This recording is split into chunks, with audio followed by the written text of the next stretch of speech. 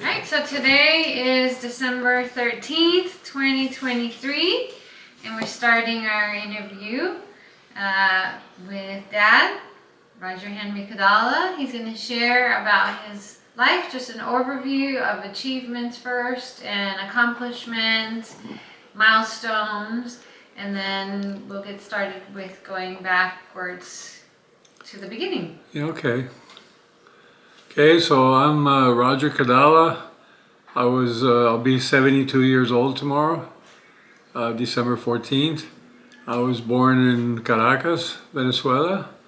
My father was working for the oil companies. He's from Chicago, same name.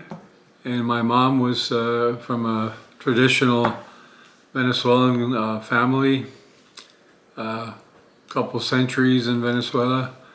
And they met and they got married and went to live in Venezuela. I started school pretty early. I could speak Spanish and English fluently and I could do a simple math. I think I was like 3 years old. And so I went through 12 years of different schools before going to college. And I went to college. I was at NYU for 8 years. Then went back to Venezuela and worked for another 10 years. Went to law school. I was there. Started flying for the national airline. Flew corporate jets. Flew the Air Force One. Then the airline offered me to head their office in northern USA, which I did, based in New York. And then I moved to Hawaii. So we tried it out for a year, and then I still wanted to fly, so we went to Holland for a couple of years, where I flew for the Dutch airline, which had been my original training people. And then after that, we went back to Hawaii, and I went back to my academic life. And for the next 30 plus years, got a PhD in physics. At NYU, I studied engineering and mathematics all the way up to the PhD level. And then I started thinking about what would I do after. I tried with the NSA. I went through the whole 2-year interview process. It pretty much just kind of fell apart at the end. Money was cut, and the original place where I was going to move to changed and things like that. So it kind of just dissolved by itself. But it was a great experience. It prepared me to move. And then at 69, we moved to Texas, and that's where I've been for the last couple of years, working at the University of Texas. Sports-wise, I grew up swimming and playing soccer. Then You can say at the level, like at the level, what level of well, swimming? swimming, I was, in my age group, I was in the top 3 of Venezuela in freestyle. And then at NYU, I swam all my 4 years of college. And one of the summers, I tried out for the Venezuelan Olympic team, and I was qualified for it, but the president of the country said we weren't going to win any medals, so he chopped off the gymnastics and the swimming in preference of more boxers. So the world could see that we could just fist fight with anybody. But it was a letdown, but you learn from all these things. Who was your coach? I had a coach who was more like a father figure to a second father figure. Goyo, very famous in Venezuela, and What was the name of the club? Club Paraíso. And we continued our relationship to this day. He's 93, 94, and we still stay in touch. Very influential in my life. Also, I took up karate, taekwondo, and I got up to, I was maybe about 6 months short of my black belt. This was at NYU. And I grew up in a polo farm, so I grew up horseback riding. So when I went back to Venezuela, I started playing polo and I got up to 5-goal handicap.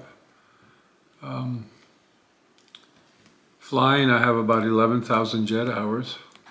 Usually with 10,000 hours, you become an expert at something. I probably have 10,000 hours in mathematics and physics.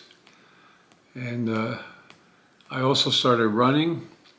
And when you put it all together, I started competing in triathlons. I ended up doing 10 Hawaii Ironman and 1 Dutch Ironman, or 2, 1 in Germany. And Marathons? Do you know how many marathons? about 30 of them, 31, about 30 marathons. Most in Hawaii or anywhere else? Yeah, I did. My fastest one was in Florida. I broke 3 hours. That's the only time. Usually I was in the low 3-hour range, which was good for a 200-pound and 190-pound person. So I figure I've run about 130,000 miles, which is when you trade in your car. Let's see, what else? Century rides too. Yeah, I did a lot of biking training for the Ironman. The Ironman took up it was like 1,000-hour a year job. While flying. In training, yeah. While flying or teaching. And I would take my bike all over the world and run all over the world. That was great. It was better than, I paddle. I started paddling. Ended up doing the Molokai on the surf ski 4 times. I paddle boarded and competed, did round the island races, open ocean races, both swimming and paddle boarding. And I paddle boarded up to almost, I was 69 till we moved here. And now I've taken up, since I don't have the ocean near me, I've taken up rowing. So my goal was, my times are really great in rowing, especially for my age. And I can row 40, 50 miles a week. So I'm doing that, and some strength training. I work out at the gym, usually about an hour and a half a day, every day. Languages that you speak? I when you learn them? can speak fluent Spanish and English. They're one big language in my brain. When I was young, I learned German, learned French, and I learned Italian. But and I was starting to pick up my hearing in Dutch when I was flying for the Dutch. But lack of use. I can still pick up a book and read French and understand it. I can still speak and understand Italian. I'll watch a movie in Italian and I can follow the whole thing. German, that one's pretty much gone because I was very young when I learned that. I was actually on my way to Switzerland. My mother wanted me to reinforce the languages, so I was going to do high school in Switzerland. But I was so very young. I think I was 9 years old going into freshman year. And so when we got to Miami, she ran into her brother. They kind of got scared of sending me so far so young, and I ended up in a military school in Miami, and that's where I did half my my high school. When you were how old? Well, I was 9, so 9 or 10. Because let's see, I think, no, I must have been a little older. I was 11, actually, 11. Because 11 plus 4 is 15. I went to college at 15, so yeah, 11 plus 4. So I was 11 at the military school. Still, it was scary to send me alone to Europe like that. So the whole goal was for me to really reaffirm German and French and Italian while I was there. And, maybe I would have ended up doing more winter sports instead of the summer sports, which I did. I would have liked to do, I still would like to do cross-country skiing or ice skating or something like that. You did ice skating in Holland? I did some of it, but Some speed skating. well, I wanted to train for that 200-mile or 200K inner city race, but when I was there, the canals never froze enough for them to have it. It's rare. I think they have it every 5-6 years average.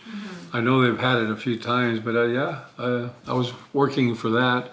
But then we left and we came back to Hawaii, and then we stayed in Hawaii for the next 30 plus You years. surfed, you grew up surfing? Oh yeah, I surfed too, that's right. I And did, the club? Puerto so- Azul? yeah, and I did sailing canoe too in Hawaii. What else? I think that pretty much covers all the sports, right? Yeah. Soccer, you mentioned soccer. Yeah, I played soccer in Europe when I was in school. I played at the military academy, I played soccer and swam. And I also played soccer at NYU in college, and I swam. I did those two things. And swimming, what were your best times, if you remember, and your... The best one I was in 1,500 meters. I broke 18 minutes, and that was a big deal at the time. That's when I was training for the Olympics. If I would have done that time, I would have probably been 9th or 8th in the Mexico Olympics. But you know, you never know. And in freestyle, or it was mostly my goal in the 100 meters was one of my big heroes was always Johnny Weissmuller, the Tarzan. And I think his time when he won the Olympic gold was something like 59 or 58. So my goal was always to break his time, and I went 57 something. So, but you know, it sounds like a big deal. But I remember a competition at Yale college swim where I did my best time, and I came out all happy, and I was like I think 80th. So you know, but I'm always saying only because every nation could only send 3 people was I that good at the world level. But the United States had a ton of people that were really good. So here I would have never made it to the Olympic team. So good thing I had the dual citizenship. So. And then you mentioned Italian, something that happened interesting when you were living in Italy when you were young. Well, in Italy, yeah, With the I went to a Catholic school in Milan. That was my 6th grade, and we did our first communion. And the head of the school was good friends with the Cardinal of Milan, and so we invited him to our first communion, and he presided over it. And then a year later, he became Pope Paul VI. So I always say, okay, that means I'm exonerated from anything for forever. So now it's good. Let me go try another religion. Now that one, I guess I reached the top in that sense. Like sort of like in The Life of Pi, where the guy tries every single religion.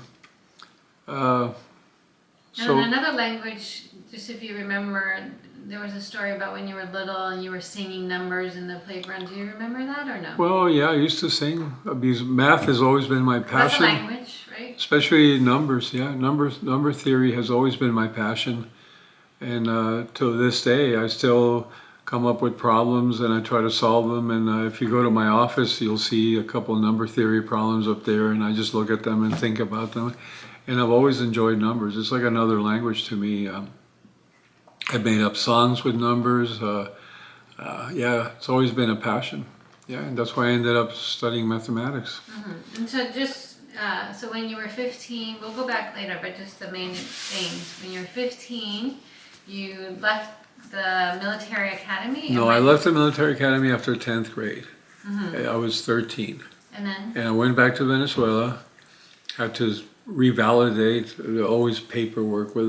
Every time you went to Venezuela, it was more paperwork, waste of time. But there I did the equivalent of what they call their 3rd year of high school, which would have been my junior year. And then I did a 4th year, which was would have been my senior year. But according to the Venezuelans, they do a 5th year of high school. But my family said, why waste a year when you've already done 12? And I was spending the summer in New York with my uncle, and he suggested, why don't we just go to NYU and check it out? My mom sent me the transcripts, and we went to the engineering school. This was maybe a week before school started. And they looked at it, they said, yeah, we'll accept him.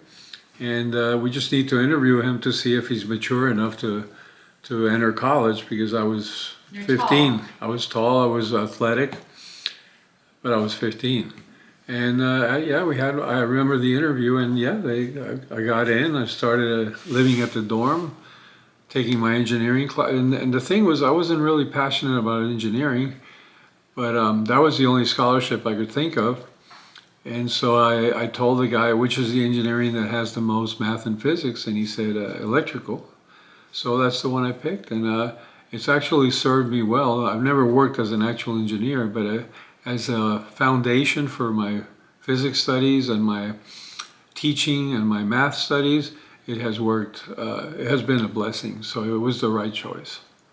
So did you get a degree in engineering? Yeah, No, I did. I got a bachelor's in engineering in 3 years. I finished so at you were 18. Okay. And then 1 year later, I had my master's at 19 In what?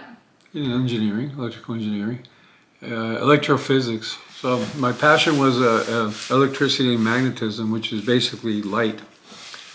And it's funny because that course I took, it was a year course in undergraduate. Then I had it again another year in graduate school. Then I took it again when I was getting my graduate school in math, from the math point of view. And then when I was getting my PhD in physics, I took it again, a whole year course. And so it's funny because a year ago I had to teach that same class as a graduate course here in Texas. And the first day I tell students, hey, guess what? I took this class 4 times, so hopefully I can now teach it to you guys. So it was funny. Did you tell them you were 15 the first time you took it? I think I was 17 when I took that class. Uh-huh. Yeah, I think 17. It was my last year. Yeah, and I loved it, so it was good. That's full circle. 2, 3, 4. Yeah, 4 times. Yeah, so I guess it was meant to be, and it's true. I still work in that area. And then, what about the Quran? So when I was halfway through my master's, I had to decide where I was going to go for the PhD. I had some offers right there in the engineering school to continue the PhD in electrical engineering, and my roommate was going to do that. So that was one alternative. But I remember I applied for let's see, what was electrical engineering at Stanford. I applied for applied physics at Caltech, and applied for mathematics at NYU, who had a great math institute, the Courant Institute. And I always remember that on New Year's Eve, I got the letter of acceptance at NYU in math. And so that's the one I took. It was a big challenge because my math was always from the engineering applied point of view. And so when entering grad school, there was a whole shift of depth and maturity that I was required. And so it took me about a year to adapt to that. But when it came time to take the qual for the PhD, it was competitive. And if you fail once, I mean, if you got a B, you got your master's. If you got an A, you got admitted to the PhD program. And if you got a C, you fail, you got 2 chances. But I know people that got even 3 or 4 chances. But there were people of all levels there, people that taught at universities, other places and all that. So, but the thing that favored me was that I was an NYU product from the beginning. So the first time I took it, I got an A, and I was admitted into the PhD program. So that was pretty cool. I passed the French exam. You had to take 2 language exams, and I passed the German exam in math. You know, you just have to be able to read a German paper. So at the time, I was still remembered enough so to pass. The other alternative was Russian, and I had no clue of Russian at the time. And so then I started working on my thesis, and then I was working on that. We had a big family tragedy. My little brother was killed. My family pretty much fell apart, so I had to go home. And, you know, no email at the time. I tried to continue. I pursued it in Venezuela, ended up doing it there, but, you know, maybe I'd say at 2/3 the level of what I would have accomplished at NYU. But you did get the PhD in math there? In applied mathematics, but it was it's another story. It's another show of Venezuelan paperwork. I have completed the whole thing except for 2 courses, and every year I had to petition the university council to give me the pass on these 2 courses, the equivalence of them. They were called methods of applied mathematics at the master's level. They were required for the degree, but the only problem was that I was the only person there that taught those courses. So I couldn't enroll in my own class, right? And so it was kind of like a catch-22, and I didn't have the political friendship to have my petition put on top of the pile, so it was always like in the bottom of the pile. So I remember I kind of just said, gave up on that, and then a friend of mine, several years later, when I was already living in Hawaii, told me that it had finally been approved. So it's probably sitting in some file cabinet in some office somewhere, but I haven't needed it, so I put it in my bio. And it's funny because before I finished my PhD in physics, people would say, "Oh yeah, but that's like having a PhD with an asterisk because it's from Venezuela and whatever." And the day I got my PhD in physics, everybody was saying, "Oh yeah, he's got 2 doctorates." So it was like funny that they didn't want to validate it till I had the other one, And now all of a sudden they couldn't stop telling people that I had both. What about the law degree? Oh, I also, when I got to Venezuela, right next to the engineering school was a law school, so I enrolled in the law school. I said I might as well. This way I'll learn how let's say I'll know how to live here in Venezuela. And keep Bob company. And so I did, and I specialize in international law, and I never really used that except as as an asset for corporate. I did corporate work, so having the law degree always helped. But otherwise, no, I was too corrupt to even want to work in that. And then the physics degree is in. Yeah, when I started teaching when I stopped flying and I started teaching in Hawaii, they offered a free 6 credits of graduate school every semester, so I took advantage of that. First, I wanted to see if I could finish the official PhD in math in Hawaii, but the interest in the math school in Hawaii was totally different from what I was used to at NYU. I wasn't really passionate about it. I remember talking to one of the professors who had been a professor at NYU, and we were talking, and he said, I told him like that, I said, I just don't feel like jumping all the hoops again, especially if I'm not interested in the stuff they do here. So he said, why don't you think about something else? What is it you're passionate about? So we talked about it, and we came across and said, if you went into quantum physics, you would be applying a lot of the math that you work with. So I picked up a book. I saw that they were teaching the second semester of quantum physics in the spring. So in November, I picked up the book, and on my own, I studied the first half, and then I signed up for the class. And the second, I said, I can sign up for another one. Let me see what else is there. And there was a cosmology class. I had never even, taken astronomy, and I signed up for a cosmology class. And I did well on both. And then I took another semester, then I applied for the program. I got admitted into the master's program, finished that, and then passed the qual with a star that they needed and continued on to the PhD in particle physics.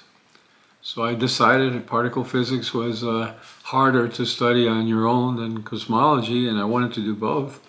So I said, let me do the work for particle physics, and then I'll study cosmology on my own. And that's pretty much what I've done up to now. And I'm happy now because at UT, the specialty is cosmology and astrophysics. Well, I'm the only particle physics guy there. There's 2 of us, but one is about to retire, and he's in charge. Actually, he's busy building the new collider in China. I don't think they'll say, you can't go teach a class because we need you here running this project. It's a big project. And he's a really nice guy, and I wish he was here just so I could interact with him while he's here. But he's supposed to teach the class in the spring, but I'm already the backup in case he has to, stay in China and all that. So I've already prepped the class just in case.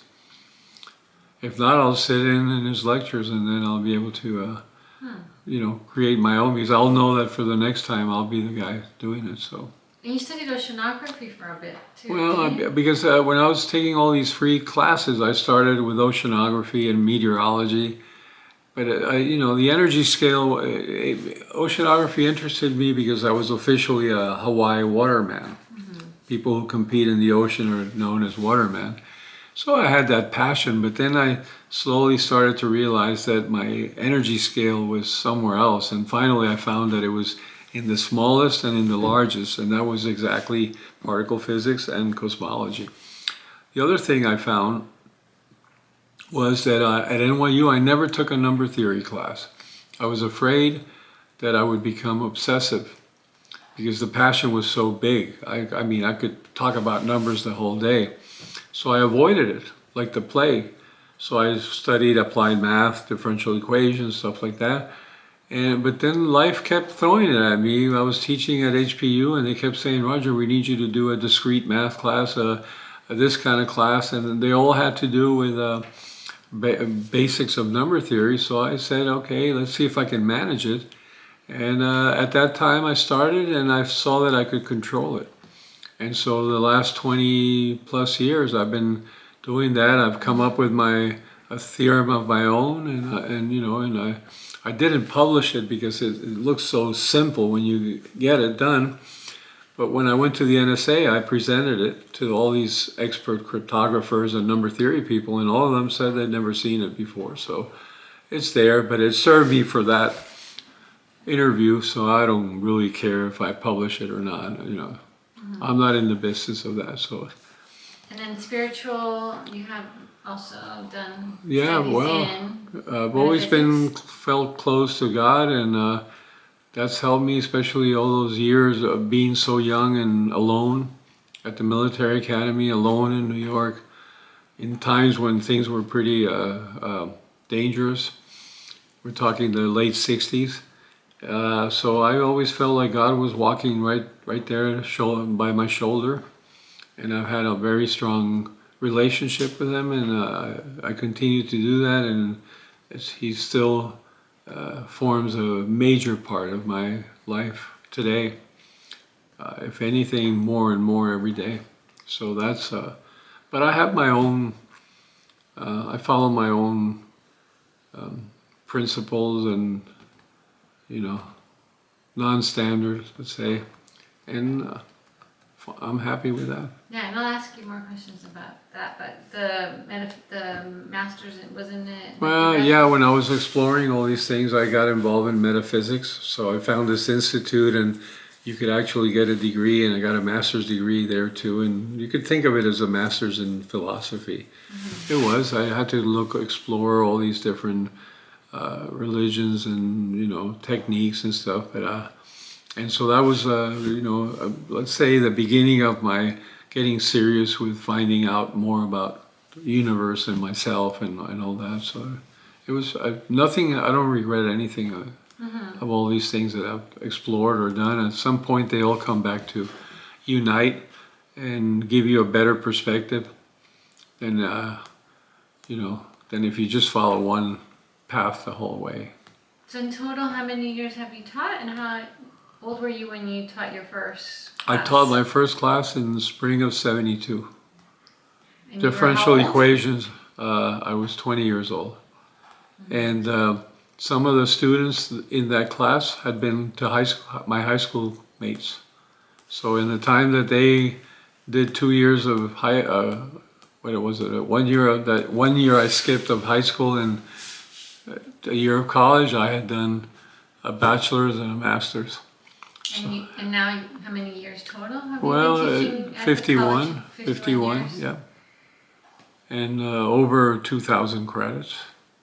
How many different classes do you think? Well, I used to be I used to be teaching every 5 years. I teach 25 different courses in 5 different fields because it was mathematics, physics, astronomy, engineering, computer science, and international business.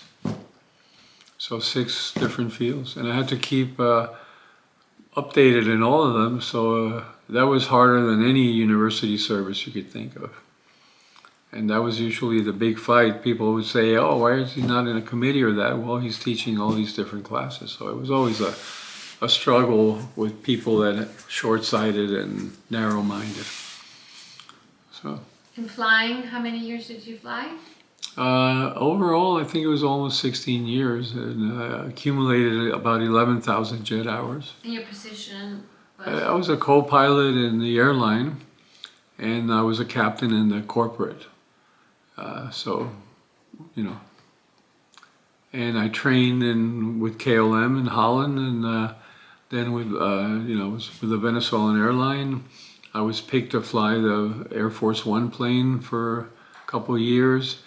And I also flew in the corporate world. I was the pilot of two of the ex-presidents. So I got a close look at how things worked in Venezuela, especially. I also got picked to fly the corporate jet in Holland while I was there, but they needed me too much in the DC-10s. But I would have maybe ended up flying for the Queen there, because that's what we use those little airplanes for. And you had some interesting people. We'll come back because we'll do a whole section on flying. Okay. More detail, but you flew some interesting people, right? Besides the president. Yeah, well, I pretty much all the Venezuelan presidents at one time or another. And then in the Air Force One, we were OPEC, so we would go visit all these other countries. I met Gaddafi, I met Hussein, I met Gorbachev in Luxembourg, Strasbourg. A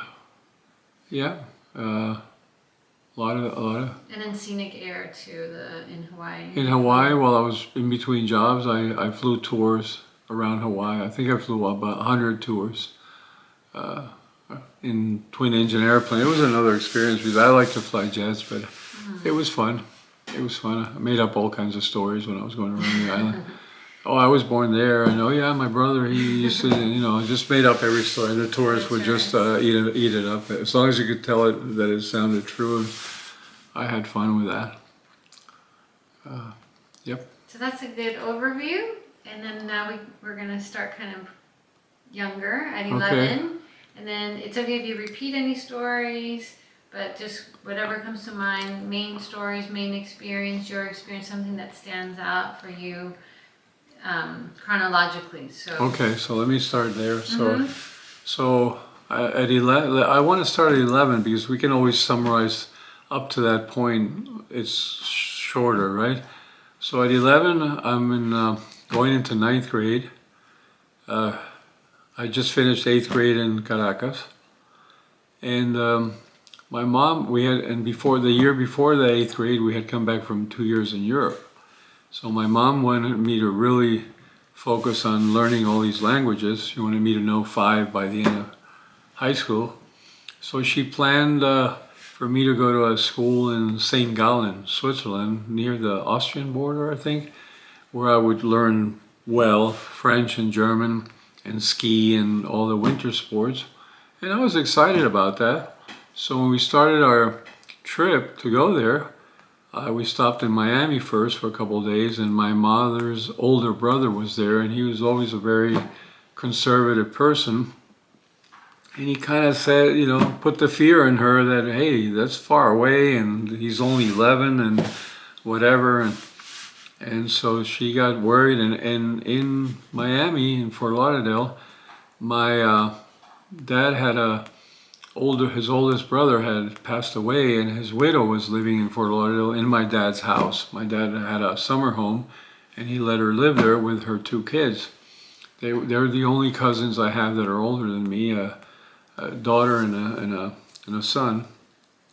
And they got talking, and my mom talked to her, and we could keep an eye on him, and so they looked around and they found Miami Military Academy. So all of a sudden, instead of being in Europe in one of these cool schools, I ended up at a military academy, which was the nature of my father's side of the family. They'd all been Army, so they did not disagree with that. My mom and dad were already divorced, And so I went into the military school, and it was exciting. The only thing was, because of my grade, I got put with the freshmen and the sophomores and all that, and I was super young. But I made it. I did. I was able to survive and do well. One year I was even the cadet of the month for the whole school. But it was challenging. A lot of lonely times. I remember, weekends, we'd take the bus and go to downtown Miami. I think the first Burger King was there. I think you could spend the day with $2. You go to get a burger, whatever, go to movies, the whole thing, the bus, everything. And I did all that on my own at that age. We'd go in uniform. They let us go, so we'd be wandering around town in uniform. The others were older? Everybody was older, yeah. They were 16. I was 11. But yeah, it was fine because I was good in school. I took Latin 1, 2, and 3. I took all the algebra I could. The Latin teacher was the soccer coach.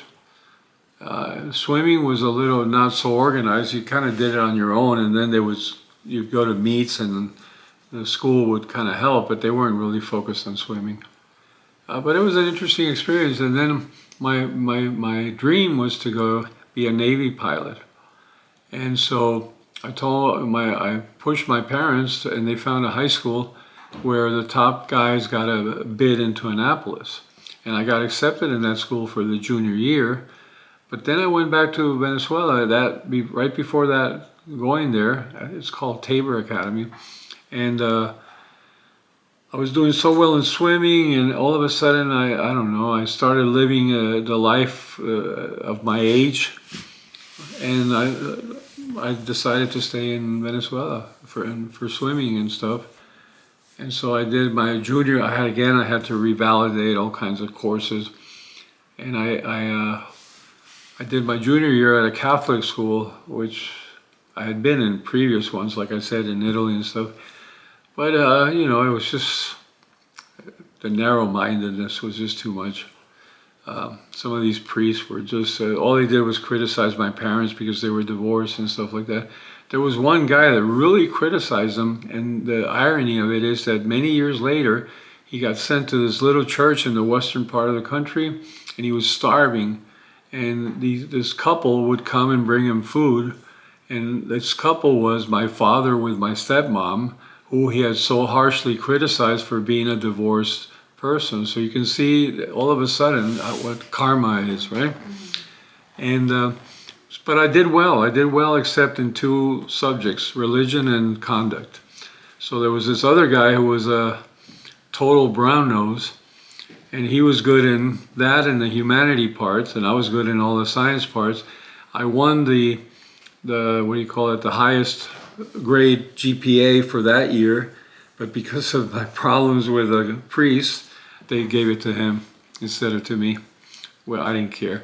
And then and then they said, and we don't want him back next year. So I went to another school. I mean, that's why every year I'd go to another school, because they'd find out how old I was, and then my mom had lied, and they wouldn't accept me in the next year. But so she'd lie in another place, and I'd go, because they were really strict about age. Everything had to be, like age, and you can't be left-handed and this and that. So I got used to it. But Because you're the only thing, right? yeah, the only thing is every year you left your friends. So I kind of got used to that. So no attachments. And so I did that year. I had a lot of fun, but my swimming suffered because we moved to a part of the city where I could barely swim. But it was still an interesting year. And so at the end of that year, I had a motorcycle accident that year. I hit a car with my head, and I had some stitches in my ear and my forehead. But next day I was on the motorcycle again, so with a shirt covered in blood, making sure I didn't have any traumas. And so I did my, at the end of that year, everybody was saying, okay, 5th year's coming up, we're going to be graduating and stuff. But I went to visit my uncle who had been like another father figure to me up to that point. So I had my dad, I had him, and I had my coach. All 3 were really strong father figures who influenced me really in a positive way. And so I went to visit him, and he had lost all his money from the dictatorship and whatever, and he had gone back to do more graduate school, and he was studying math at the Courant Institute. When I went to visit him, and he had rented a house in Fire Island for the summer, and so I stayed there with his wife and kids.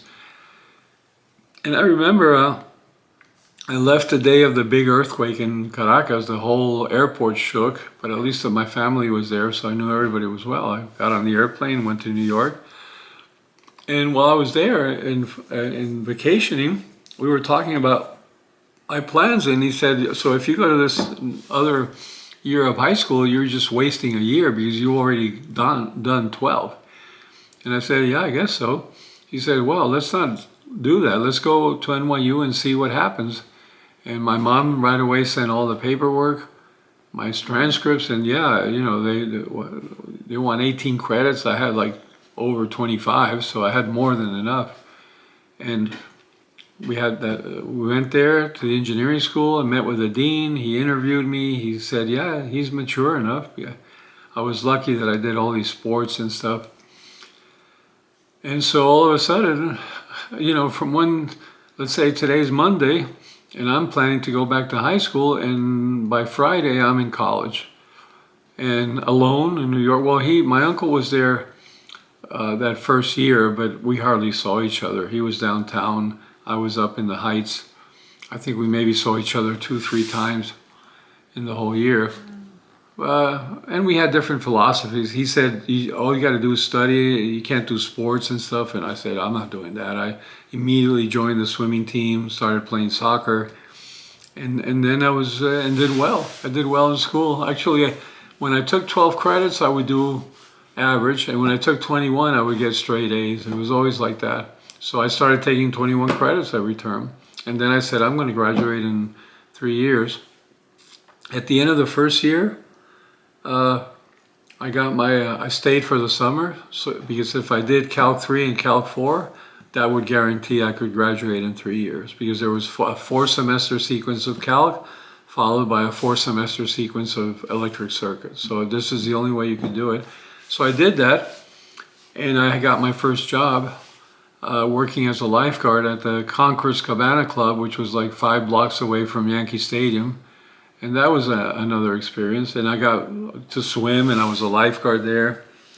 And people would joke with me, when I was that age, they'd say, "You look like one of the Kennedys." So everybody was always, and this is around the time when, this is 4 years after Kennedy died, and Robert Kennedy was still alive, so he died like a year later. So everybody always said, "Oh, you look like you're from there," except for the accent, of course, Boston accent. I always had like a Midwestern Chicago. I guess when I learned English from my dad, that's what I picked up. But then I went to Venezuela to try out for the Olympic team.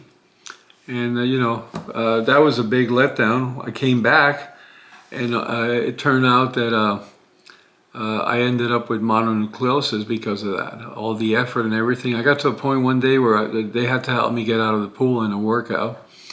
So I spent, I forget how long I spent, but I think I spent about a month living in the school infirmary. So people would bring me the homework and this stuff, and I would do all that stuff in the infirmary. So I was 1 month, I think about a month in the infirmary. But then, came out passed. I passed my semester. Probably I got a lot of C's that term because of that.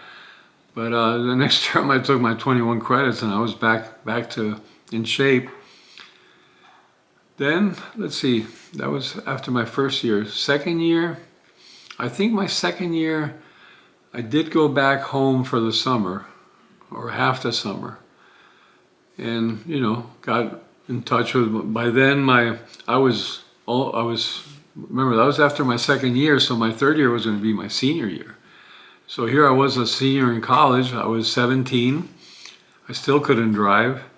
And I went to see all my schoolmates who were just now going through their first year of college, or not even in college, because there were all kinds of strikes and shutdowns of school over there. But, and they were starting to drive, so we had fun. I always remember, I think it was that summer that would have been, in 68 was my first summer. and that's when the moon landing. So 69 is, and I only went for a couple of weeks. 69 was when I spent most of the summer there. It was fun with my friends. Yeah. And then went back, did my senior year. I remember I could have graduated earlier, but you know, at the end of that year, but I kept one course open, my electronics class, because in those days, if you graduated, you couldn't do sports anymore. It's not like now that you get 5 years eligibility, whether you're 100 years old or not. There, once you started, the clock started, and once you graduated, you couldn't do it. So I left one class for the fall so I could swim and play soccer. And so that semester, that would have been my 7th semester at NYU. I had 18 credits of grad school and 3 credits of undergraduate, just so I could play. So that's why my degree actually came out in February of 71, my bachelor's. But by the time it came out, I already had half the master's. So by June, I had done the master's. But there's a rule in New York that you cannot get 2 degrees in 1 year. So the other degree had to wait until the next February to get it. But otherwise, I would have had those 2 degrees in 71 when I was 20. 20? Let's see, 1971. Yeah, I was 20. No, I was 19. 19. I became 20 in December. So then, that was probably one of the best years, because in the fall, right, of that senior year, I was a lot into motorcycles. I'd had a couple motorcycles already, and I ran into one of these magazines where some guy told a story of going for the summer to Europe, buying a motorcycle over there, told the name of the where and everything, and how he toured through Europe. So I started telling my friends, and I got them excited. And I had 3 other friends, and we all said, let's do it. NYU every May had a charter to Europe that would take you either to Paris or London and then bring you back in September. So we reserved our seats. We reserved the motorcycles. Initially there was, let's see, myself, Emilio, Mario, and Eric. And then and we were going to go and do that. But then that spring, Eric came up with Hodgkin's, and I had to take him to do his radio treatment, whatever, that's the radioactive thing, treatment, throwing up and everything, and you know, obviously he couldn't go. So then when we went, Manuel, my other roommate, decided to go with us. So it was still 4 of us. Manuel had just gotten his bachelor's in engineering. I had just finished my master's. Emilio had finished his master's in civil. And Mario was a Cuban guy who was just a freshman. He just finished freshman year. He was a crazy guy, but he was fun to be around with. So we went to, we took the charter and we went to London. We picked up the bikes, and Manuel bought a used one. And we all had our new ones there. So we said, let's spend a couple of weeks here in England just getting those first 500 miles. And I always remember, because one day we go to Oxford, and it was the day of graduation in Oxford. So there's all these guys celebrating. This is 1971. And we told them that we had all just graduated. So they invited us to celebrate with them. So we celebrated our graduation with the guys in Oxford. And it's funny because I've met people from Oxford throughout my career, and I always tell them that, because you never know who graduated that year that we might have met. I was a big fan of, remember, I always loved the Navy, so one of the naval heroes of England was, his ship was there, the HMS Victory, so I went there to see it. Lord Nelson's ship, that was my first book that I ever read. I won it as a prize in 5th grade. And then we started touring Europe, but you know, my friends were, I don't know, it was